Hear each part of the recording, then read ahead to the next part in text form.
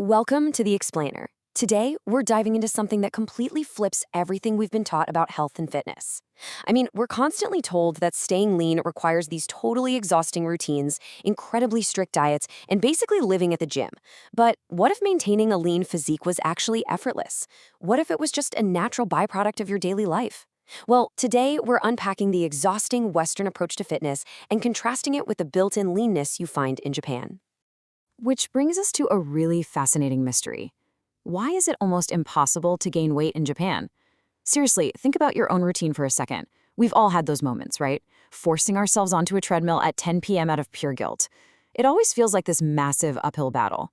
But our source material reveals that in Japan, gaining weight is actually the difficult thing to do.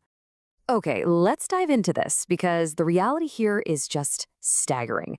We are talking about millions of people staying lean their entire lives, and they're doing it without 30-day shreds or crazy biohacking tricks. This explainer is all about a natural lifestyle that's literally built into everyday existence. It's about environmental and cultural design. You're just living in a way where health is a natural byproduct of simply going about your day. So to understand how this works, our source material breaks it down into 4 key pillars. 1. Walking, life, not exercise. 2. Balance through small portions. 3. Cleaner cooking methods. And 4. A different way of living. All right, let's jump right into part 1. Walking, life, not exercise. You see, health in Japan starts the absolute second someone steps out their front door. Let this number sink in. 6,000.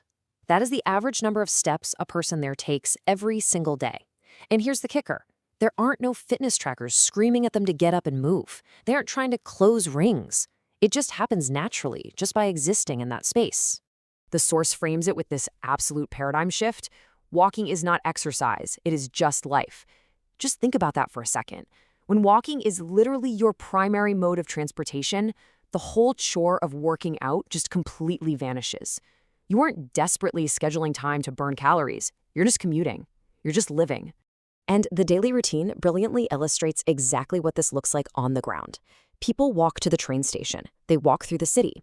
Basically, they walk everywhere. Why? Well, because it's easy, it's safe, and it's completely natural. The cities are designed for pedestrians first, not just cars. So your environment is essentially doing all the heavy lifting for you. Now compare that to the frankly exhausting Western approach, forced exercise. We literally have to artificially inject movement into our day because our car-dependent cities absolutely demand it. Contrast that with Japan, where walking everywhere is just the default. One requires constant daily discipline, the other, absolutely none. Moving right along to our second pillar, balance through small portions.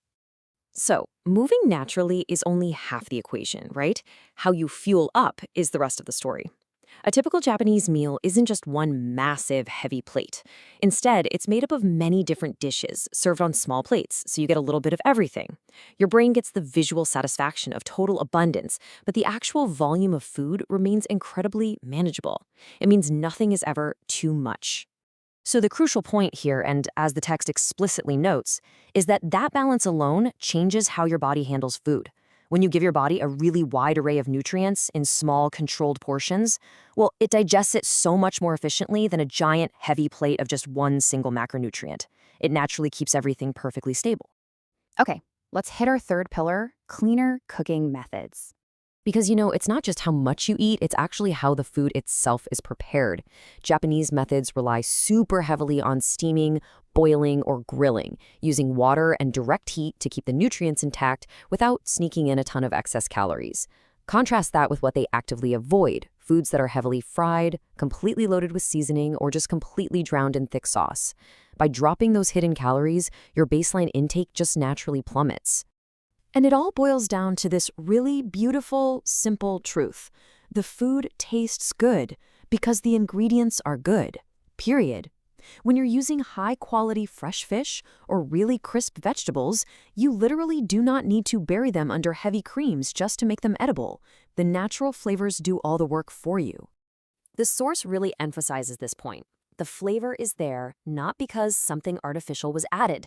Stripping away those heavy sugars and processed additives is an absolute cornerstone of why this lifestyle works. You're eating real food in its absolute purest form, and your body recognizes and processes that efficiently. Which brings us to our fourth and final section, a different way of living. Let's move to how this all builds together. Step 1, built-in daily movement. Step 2, balanced, varied portions. And step 3, pure, artificial-free ingredients. When you stack these 3 environmental and cultural factors together, it's like building an invisible, frictionless shield against weight gain. And that leads us straight to this really powerful final realization from the source. No strict diet, no gym obsession, just a different way of living. I mean, it stands in direct, total contrast to our toxic diet culture. You don't have to punish or restrict yourself if your daily habits just naturally support your well-being. And we definitely shouldn't overlook the sheer scale of this success. That difference alone keeps millions lean for their entire lives. We're not talking about some fringe temporary health hack here. We are talking about an entire population thriving naturally. It's empirical proof that lifelong health can be the default. So as we wrap up this explainer, I want to leave you with this provocative question. How can you build this natural infrastructure into your own daily life? I mean, could you park a bit farther away from the store? Maybe serve dinner tonight on smaller plates with a bit more variety? Or choose to steam your veggies instead of frying them? Challenge yourself to apply these simple yet incredibly powerful lessons to your own environment. Thank you so much for joining me for this explainer, and I really hope it leaves you inspired to make a change.